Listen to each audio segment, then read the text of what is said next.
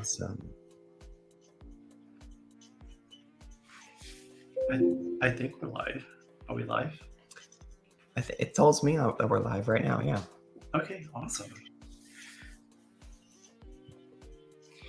Well, hello everyone. I'm Jon Culpepper. My pronouns are he, him. I'm with the Pride Frisco, and I have the distinct honor and pleasure of sitting down with Callie Butcher. Hi, Callie. Hi, Jon.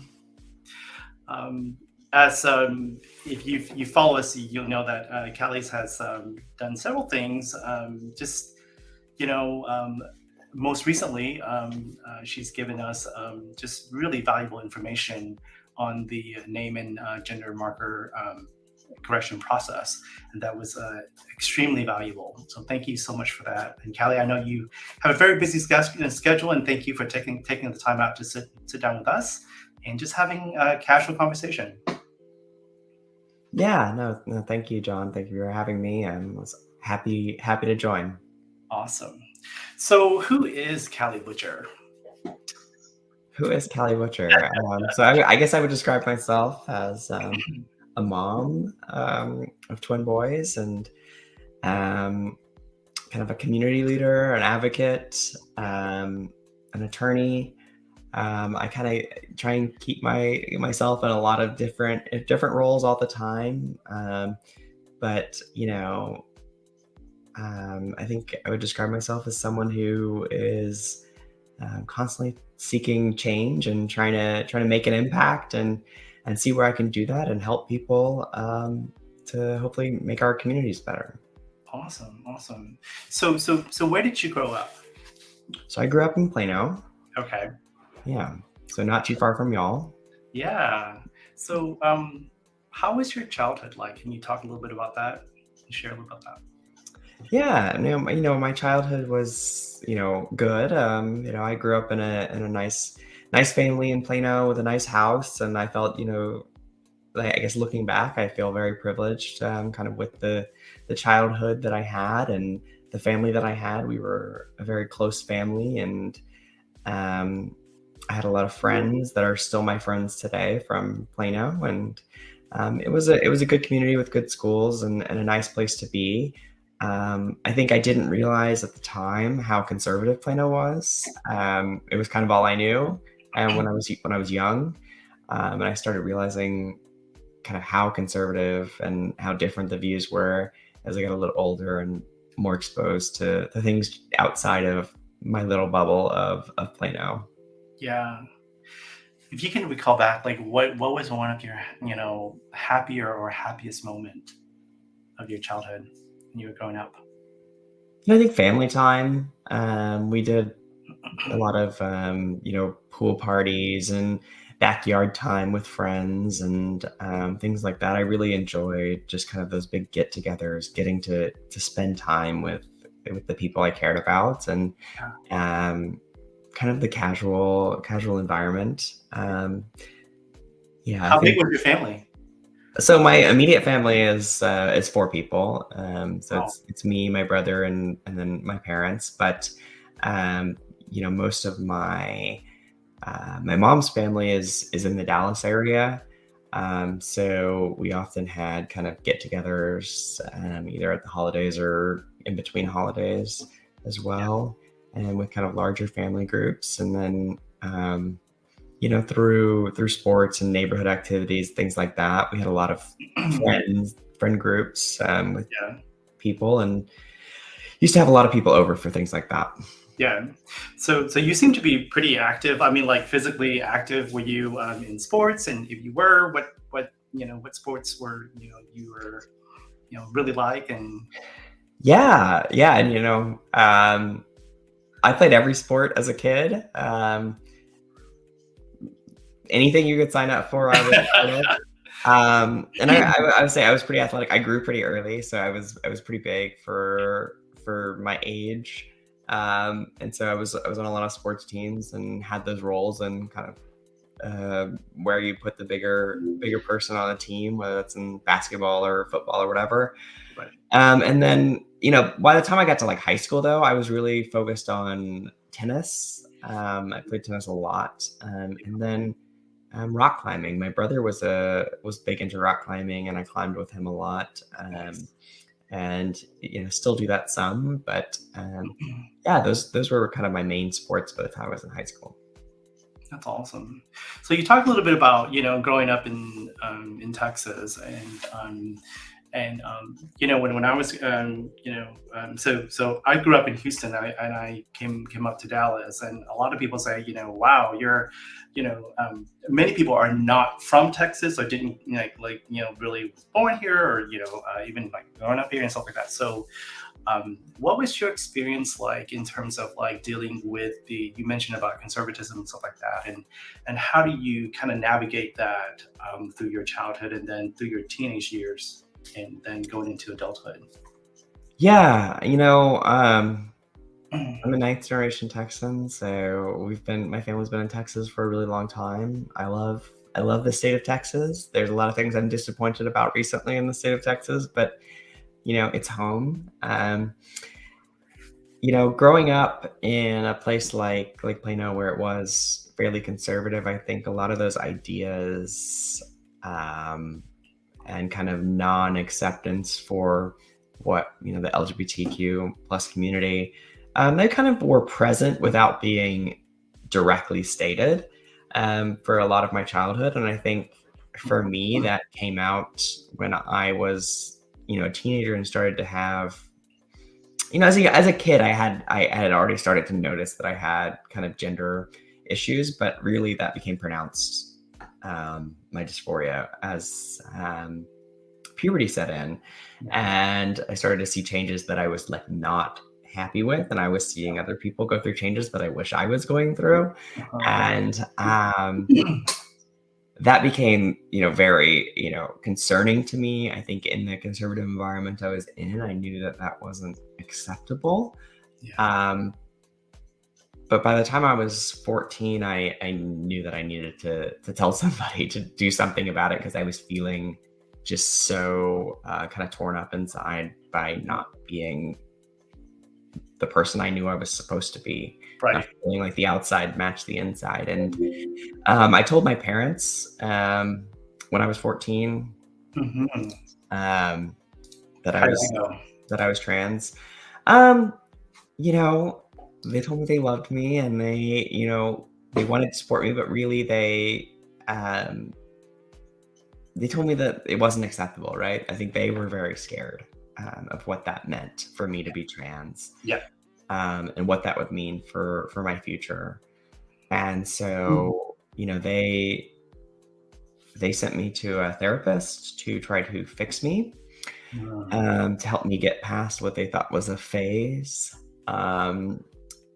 They told me I needed to hide that from the world, and that if people knew that I was trans, that it would ruin my life. So that was really tough. It was really hard when you come out to somebody and you're looking for people who are in a position to get you help, and instead of getting you help, they tell you that these feelings that you're having need to be hidden or changed or taken away. Yeah.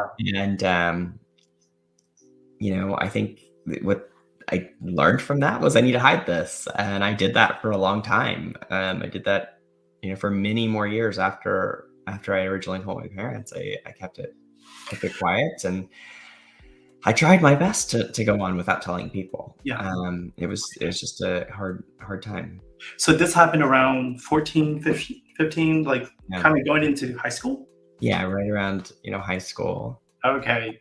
Big transition time for Oh yeah. in many respects, right? Right. I mean, huge.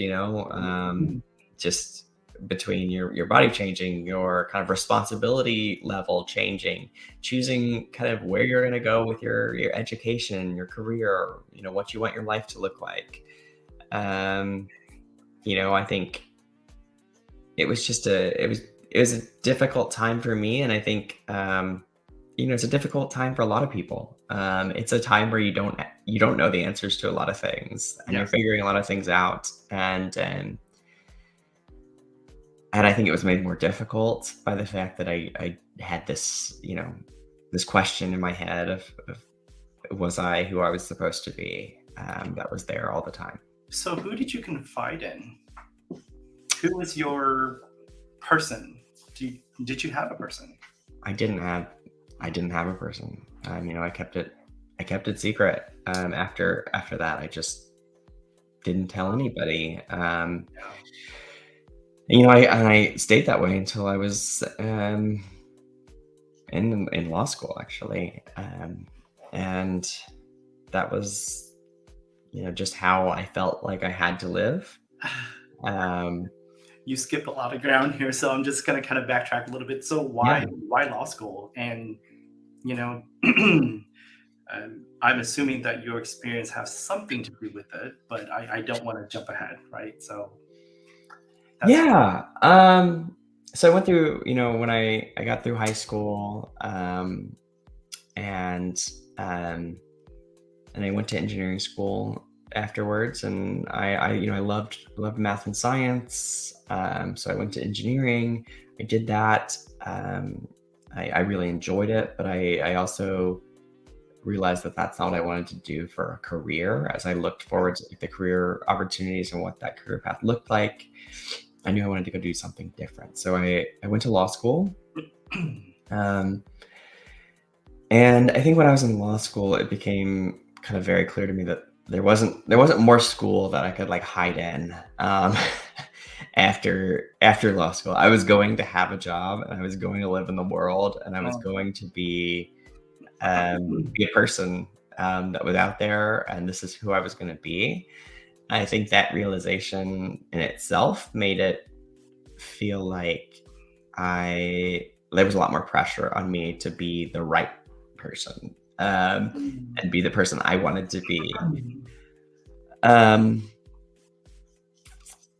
and so, I think my first year of law school, as I was thinking about that and who I wanted to be when I'm, presenting myself professionally to the world, it started to really set in. I need to get this out there. yeah.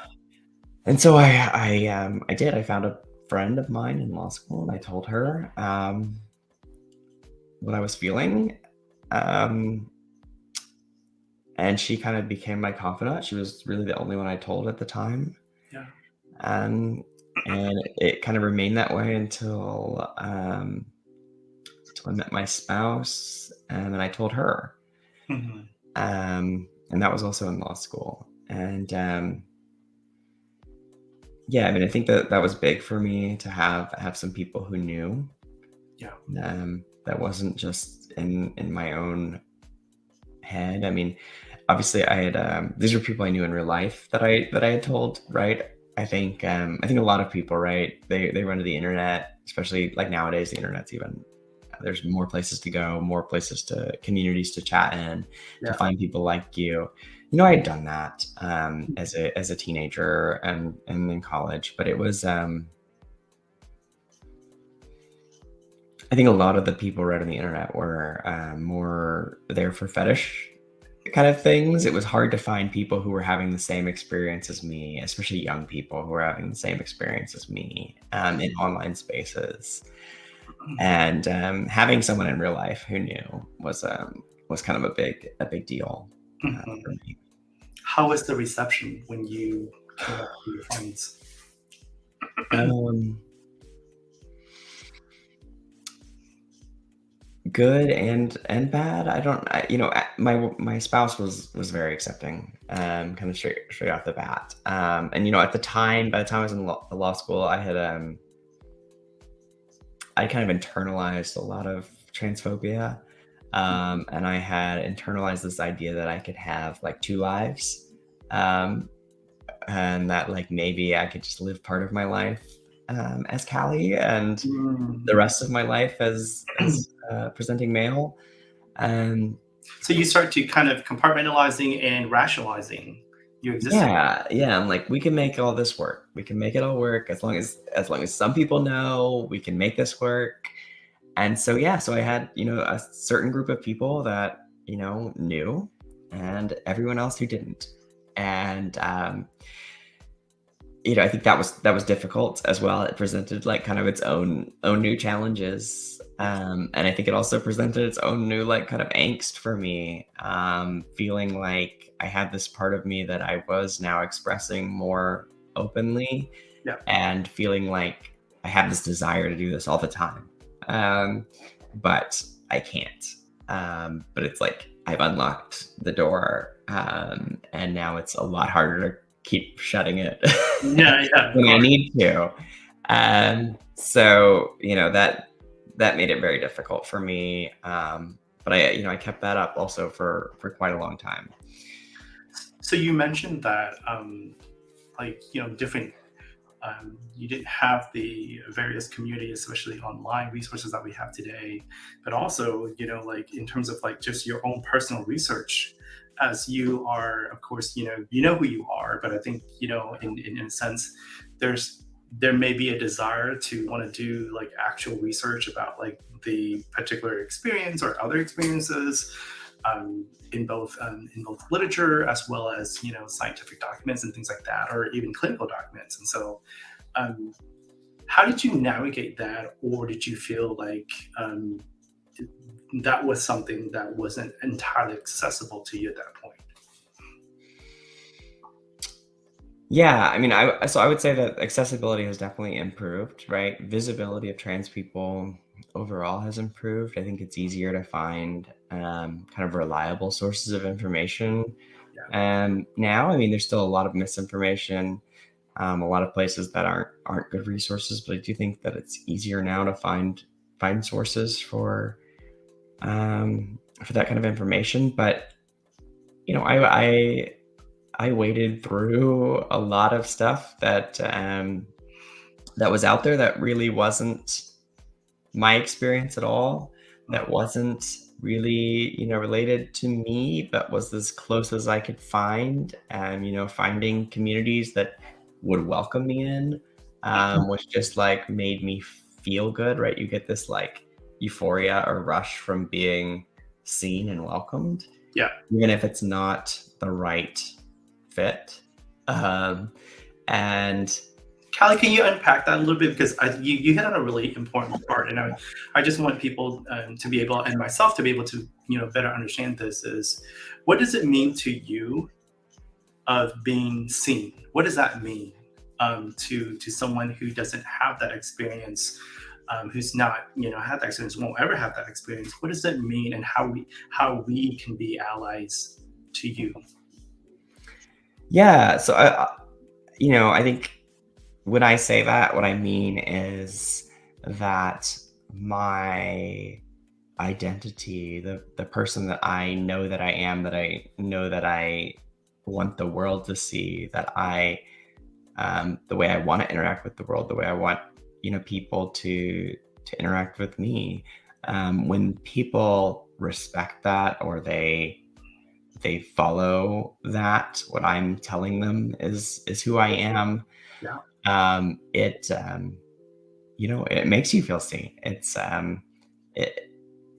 I think it's important. It's really important, and it's really validating, and especially when you're the first, when you're young and you're trying to make this happen for the first time, and you're realizing who you are, and you're coming to terms with that yourself, and other people are finally catching on. It feels like each time it feels just like so fantastic and great and validating. And um I mean, it's hard for me to really put words to the feeling of how good it feels.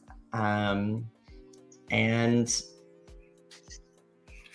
Well, you know well, I we can see it. We can see it in your face. I mean, just the way um, that you express it. I think it's very telling as to how it makes you feel, because you radiate that joy. yeah, and I think that's important, right? And I think that's important for people today, right? When things as simple as, right, respecting people's pronouns, interacting with people in that way, welcoming people into groups or spaces that fit with who they identify as. Yeah. All of those things are very very validating, and make people feel great, from the inside out, which is, I think, what we should aspire to do as people, right? We should make people feel good. So, and it's not that hard. It's not a burden Yeah. on us to do that. It doesn't harm us to do that, but if it makes everyone else feel happier, doing those things it's just like the least we could do. Yeah.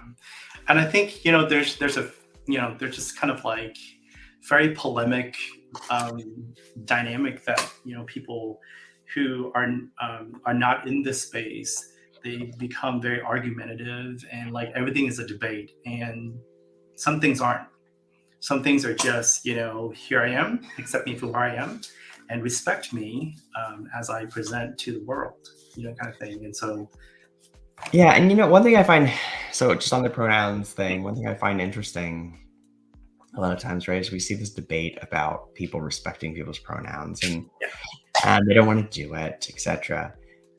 But what I will say is that when people are talking to cisgender people or non-transgender people, right, and they accidentally use the wrong pronouns, right? Like, say your waiter comes up to a table, there's a guy with long hair sitting there, facing the back of their head towards them, and they say, ladies, what would you like? And then they turn around and they realize it's a man, and they go, oh my God, like, they're like, I'm so sorry, sir, what would you like? They want to apologize. They instantly feel bad about it. yeah, So we all know how important it is to be referred to by our own pronouns. yeah, It's just that, if your pronouns match the gender you were assigned at birth, you don't have to think about it, right? right, And so I just think we should all be like, it's this simple.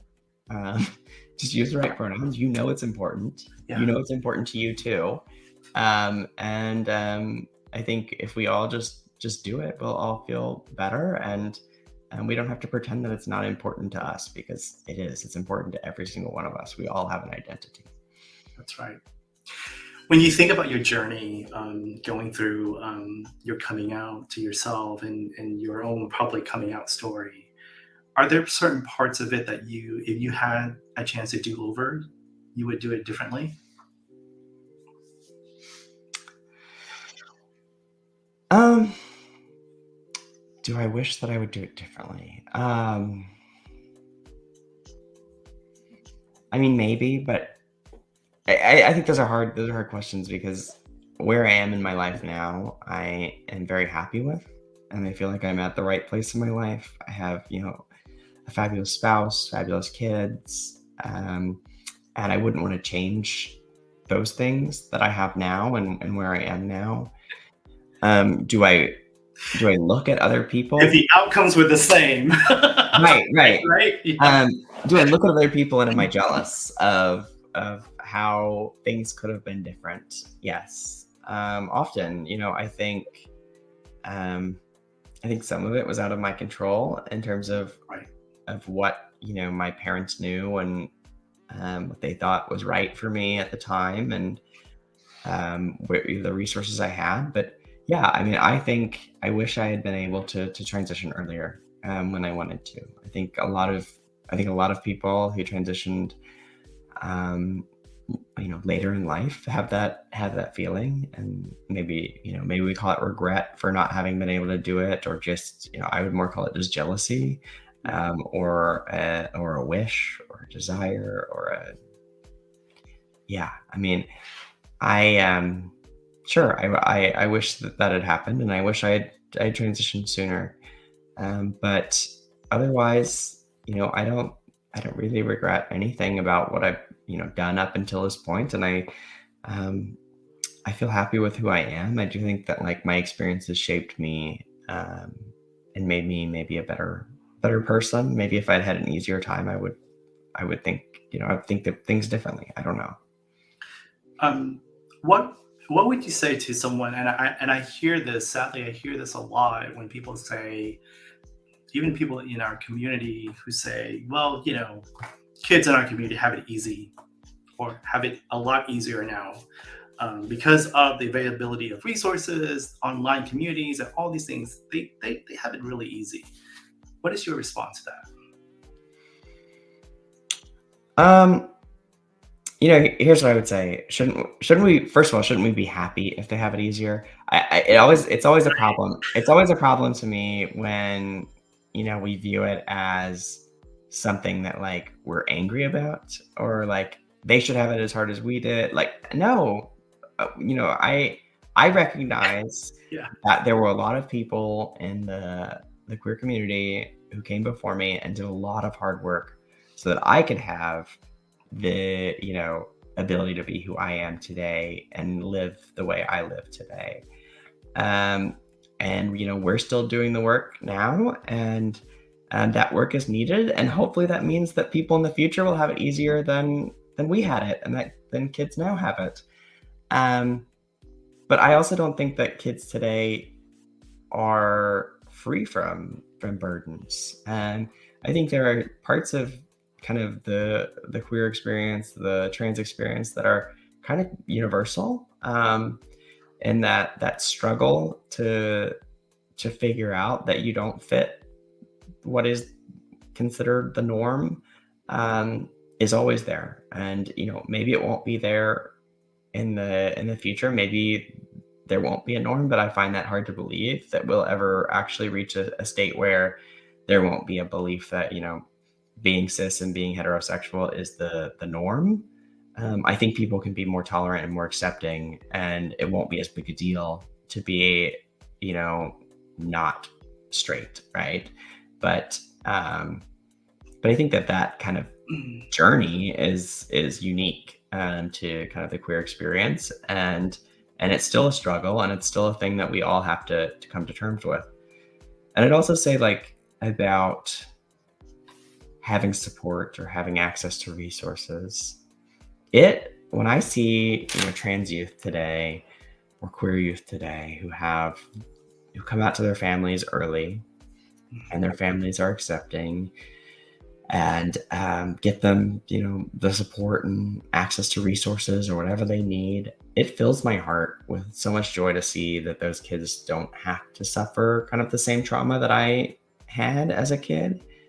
And I'll say it's one of the things that upsets me the most about the, like, legislative attacks on our communities is there's a whole group of kids out there that I have seen and I've met who are so confident Mhm. and so bold and just so out there, and they feel so loved by their friends and their families and their communities. And they don't have that same trauma of being rejected. Um, and now we see people who are elected to represent us, who were given microphones and platforms, and they're using it to subject those kids to that trauma. And it just hurts me deeply to watch that happen.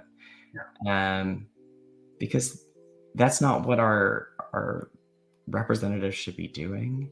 Yeah. Um, and those kids don't deserve that. They're not a pawn in your political, game. And I hate that for those kids, and I hate it for their families, and I hate it for their communities. And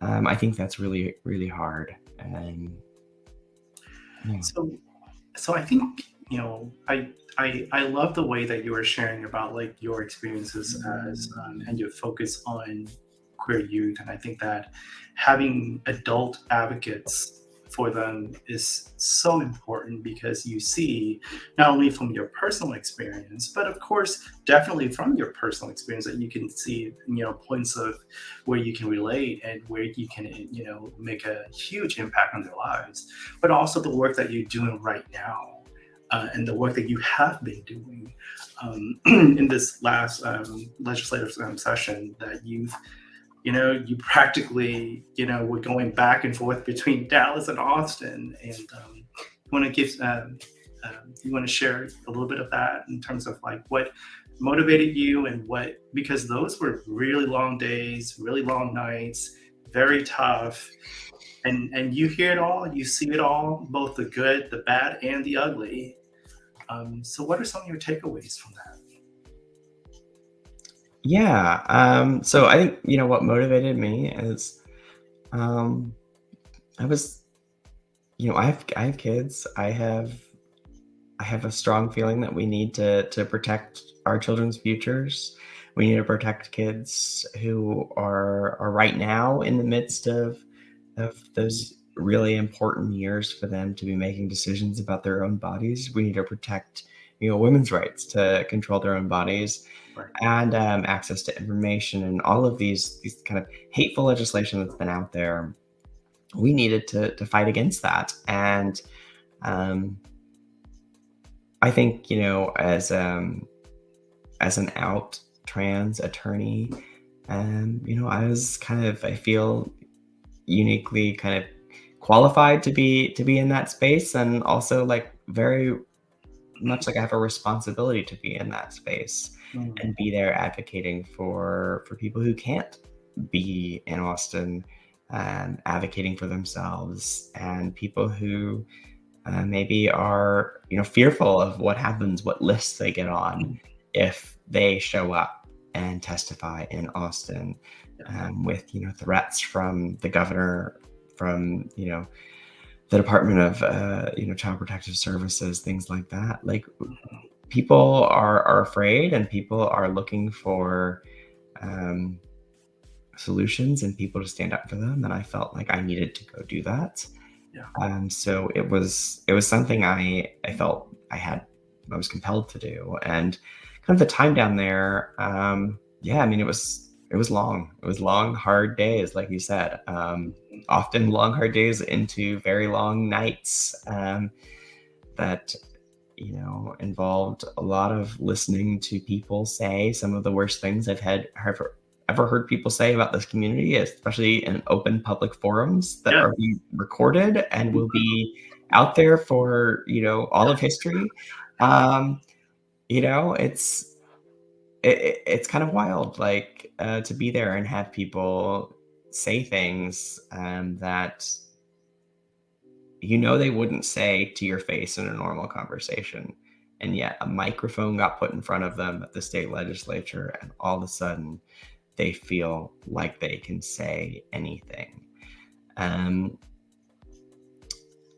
yeah, I mean, it was difficult. I think it left me, I try not to let those things get to me. Um, Personally, I know they are personal attacks on me, and on our whole community, but um, I know that a lot of those people are misinformed, and haven't taken the time to inform themselves. And I think at the time I hoped that we could at least get our representatives who are supposed to be taking the time to inform themselves and Mm. to understand the issues and to listen to, um, things, that we could get them to do the right thing.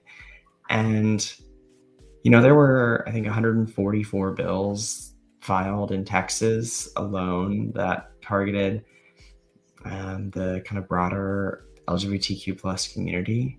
Yeah. Um, and only 7 of those bills ended up passing, getting signed by the governor. So, there was a lot that did end up stopping, but I will say the ones that did pass were, particularly egregious, particularly harmful. Yeah. Um, and I feel for a lot of the people that I met down there, whose kids and whose families are now struggling with what they can do, and how they can get the right care for their child, It's, because the legislature has decided to change, yeah. what access to care looks like in Texas. In fact, Mhm. there is no longer access to care for those children. No. Um, so I mean, with all of the carnage that has happened, um, in terms of like bills being enacted, like really harmful, what are some of the areas that you look to in terms of, or our community has to look to as, that can be helpful for? And I know it's a hard question, and um, you know, we personally know several families who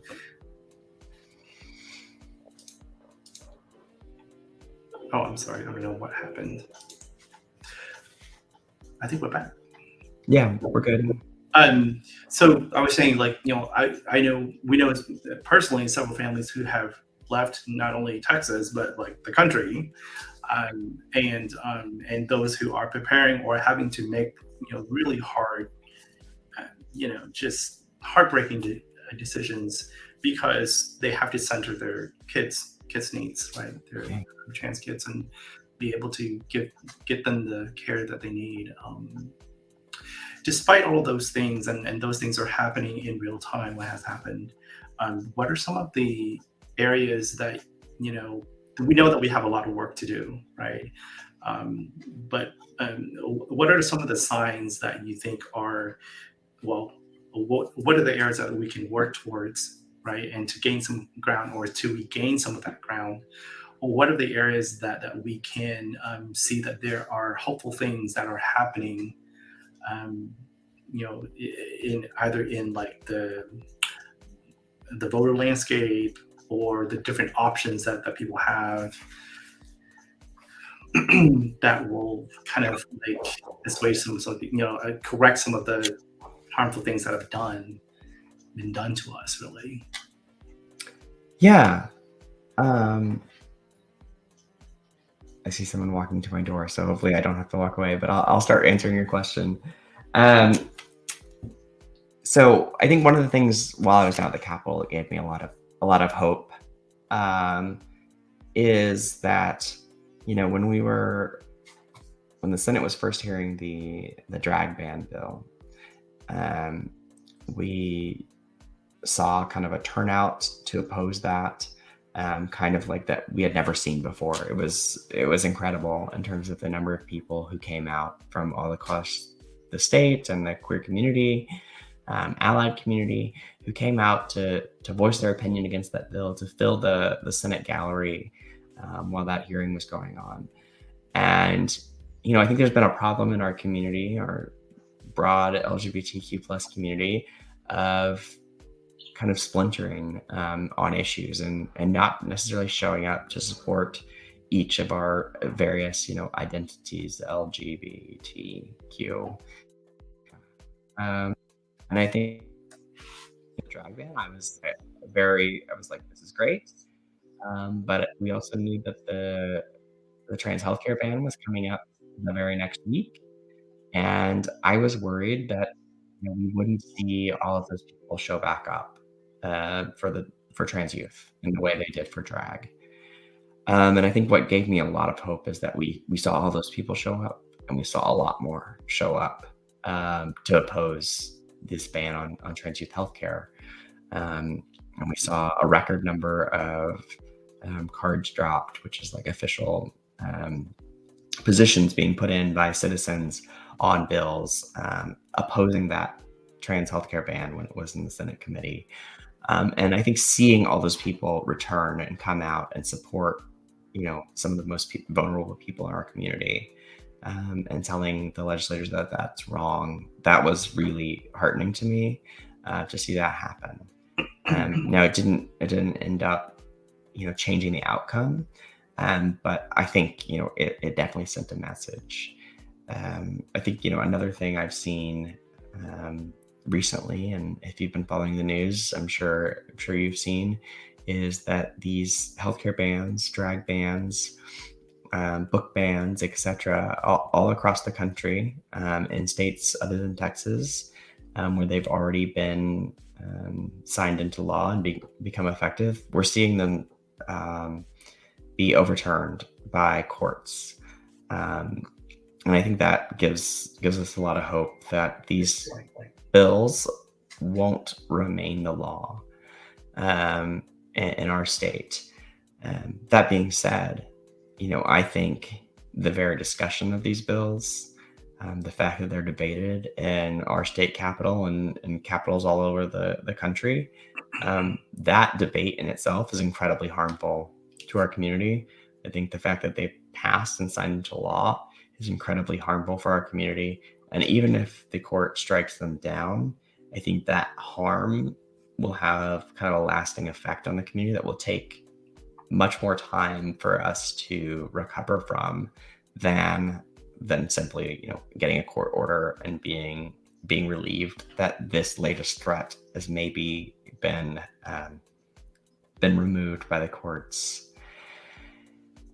I think the other thing is, I think we need to look to kind of a higher authority in the federal government. I think one thing we've seen, especially in traditionally red states, is that the voting districts for each of the kind of House seats or Senate seats are very gerrymandered, and it's very difficult for us to, at the state level, make a lot of change in terms of how our legislation actually comes out in our capital, and I think that results in a minority of voters actually having a huge voice on what policy is passed in our state.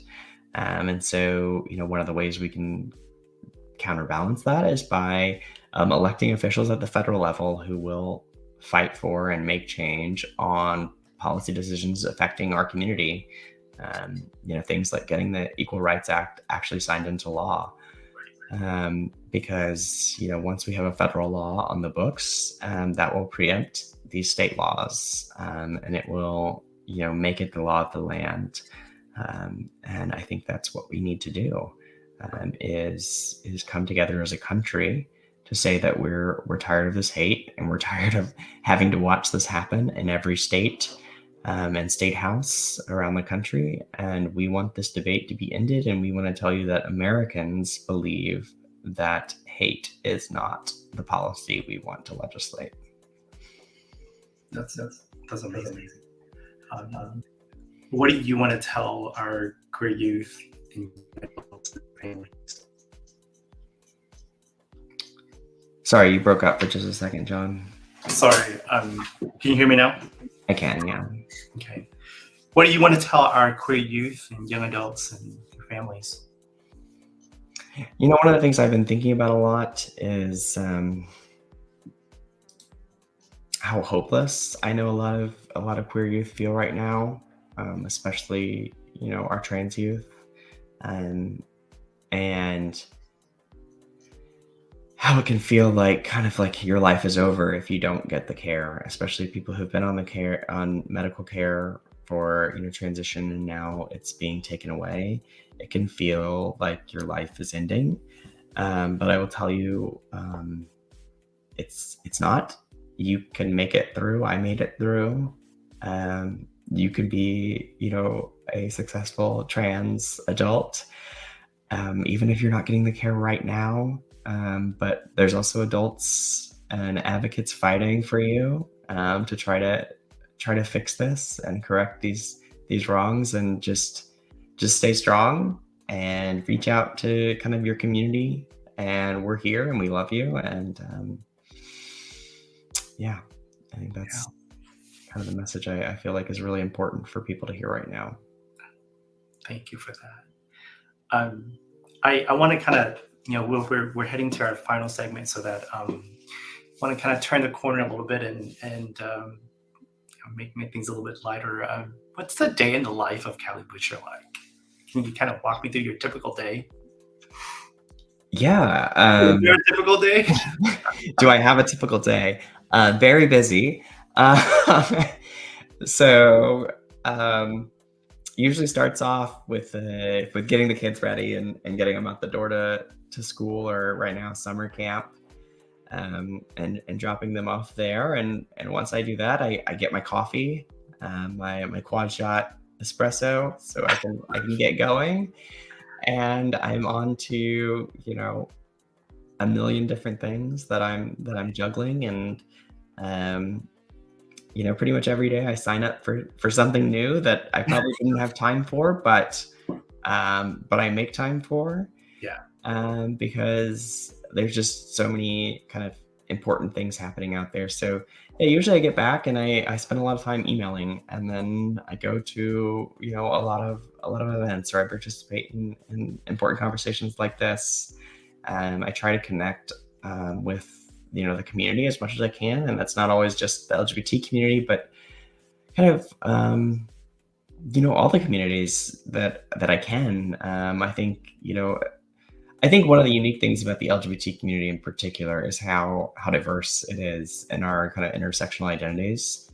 And I think it's really important that we connect with people not just in the LGBT space, but also in spaces that are representative of their other identities. So Yep. um, going into spaces and making sure that I'm connecting with people from many different backgrounds and showing support for my friends and colleagues in spaces that don't just match with my identity, but also really reflect kind of their unique background and culture. It's really important for me, so I try to be everywhere as much as I can, and that usually means that I have a lot of busy evenings, pick up the kids, get dinner, and then often out to do some event in the evening as well. And I try to fit in legal work somewhere in between all of that. So yeah, I mean that's kind of a day. How old are your kids, and what are their names? So I'll just say that I'm not going to share their names Sure. right now. That if I want their permission to do that, but Yeah. they're about to turn 5, which we're Oh really excited about. Um, yeah, they're a handful. They're twins, and wow. they're they keep us busy and they keep us on our toes. Right. But they're awesome, and yeah, they're Awesome. fantastic. Maybe we do like a really quick rapid fire round. I Sure. try to do this just kind of get some levity in here. Favorite food? My favorite food, tacos. Tacos. Favorite place you travel to? Um, So I really like Costa Rica. That might be just because we did our honeymoon there, and so I have a lot of good memories there. Um, you know, I did right after college. I did kind of like the let's go super low budget backpack Europe. Yeah. And man, that was amazing. I saw so many amazing places and beautiful places, and That's awesome. slept on benches, and but it was really fun. It was a really really great time, and yeah, that was I don't know what my favorite thing there was. There was just so much. Yeah. Berlin was pretty fantastic though, just for the kind of mix of cultures in Berlin, and that kind of there's a vibe there that I think is unlike kind of any other place, and I think it comes from kind of the Cold War and lingering effects that are still there today, which is pretty wild, considering how long ago the city unified, but it's has a lasting impact and a really cool culture. Awesome. What is your favorite TV show now? If you, assuming you have any time to watch. Yeah, my favorite TV show right now, like I um oh I don't know. I'm watching The Witcher right now. It's pretty Okay. good. I like a lot of fantasy shows, dramas. Nice. I don't know what my favorite is. If you had asked me like 10 years ago, I would have said like Game of Thrones for sure. But always trying to recreate what was that feeling around a TV show. Yeah.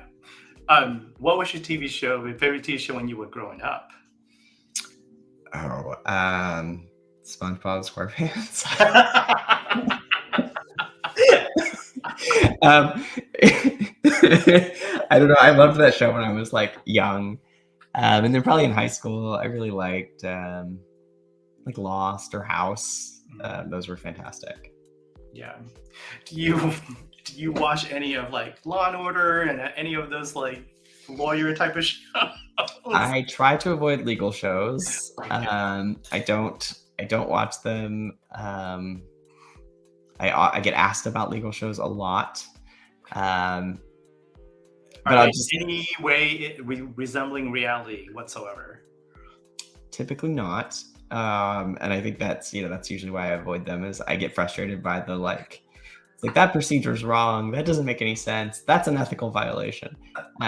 So yeah, Yeah, you can't get through a show like that. Yeah. Spicy level 1 through 5, like 5 being the hottest. 5. Wow. Peanut butter or no peanut butter?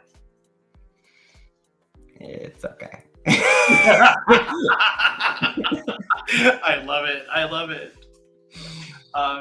You've got the day off. Where are you? What are you doing? Who's with you? I probably go for a bike ride at White Rock Lake. Nice. And then I probably hang at the pool with my family and grill out. That's awesome.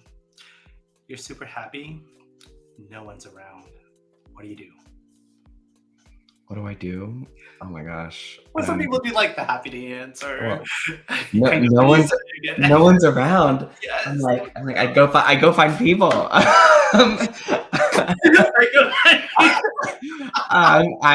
Yeah.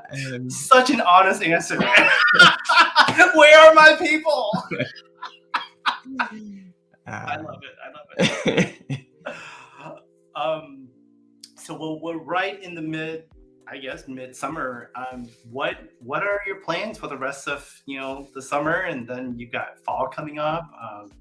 Kids are back in school and things like that. So you have a little time in summer left. What are some of your plans? Fun plans? Yeah. Well, we'll do a little family vacation. We always like to do. We'll go to the beach towards the end of the summer with a big group that we've been going with my whole life, and now we go with our kids. But I've also got a big announcement. I think I've shared with you already, but people can watch for kind of a new a new venture that we're gonna be announcing next week, and I'm really excited about. So stay tuned for that. But yeah, we're gonna try and change the world. Let's just say that. Perfect answer. That segues to my next question. What is your superpower? What is my superpower? Changing the world.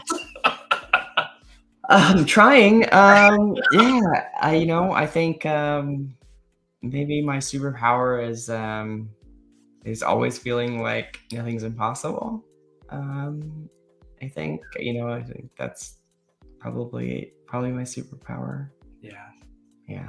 I would agree with that. I mean, just all of our interactions have been so positive, and you always tend to see like there's a path.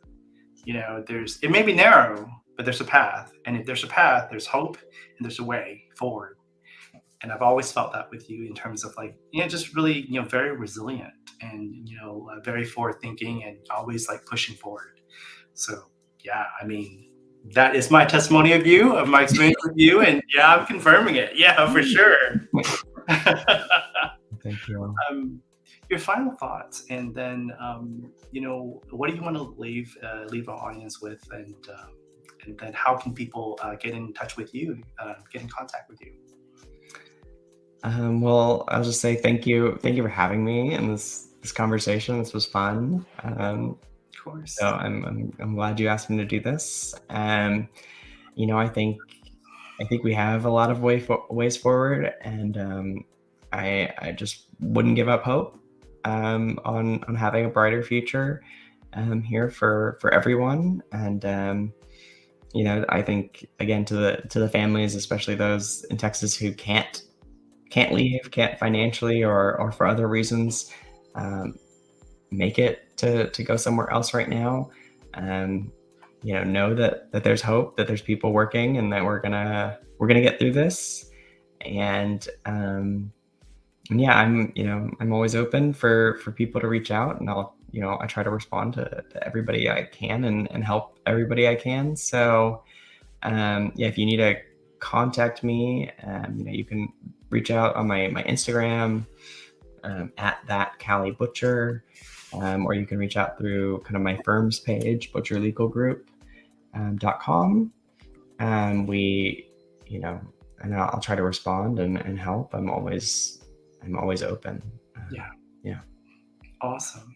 Well, Callie, I know you're really, really busy. Thank you so much for spending the time with us. And, it's really helpful to be able to know the person behind all of the wonderful work that you're doing for our community. And on that, thank you so much for everything that you have done, you are doing, and you will continue to do for our community. And it's so important that we see you in the flesh to be able to do these things and be able to see that there's a role model out there that we can look up to, that we can befriend, that we can talk to, that we can relate with.